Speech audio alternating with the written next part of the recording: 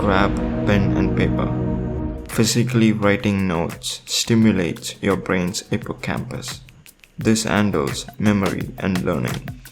On paper, write down the concept you want to learn at the top. Explain it to a 5-year-old. Simplify what you learn on paper. Cover different aspects. What is it? How does it work? Why is it important? Use simple words. Draw pictures. Create examples. If a 5-year-old couldn't understand it, you don't understand it. Review. After explaining it on paper, review what you wrote. Where did you go blank? What didn't you understand? Take note. Go back to the source material. Fill in the gaps of your understanding.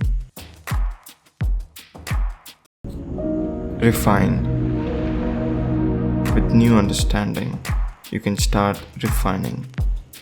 Is there a simpler term? Write it. Is there a clearer picture? Draw it.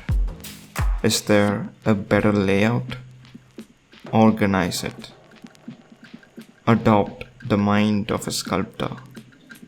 Chip away at the excess until it's clean, solid, and simple.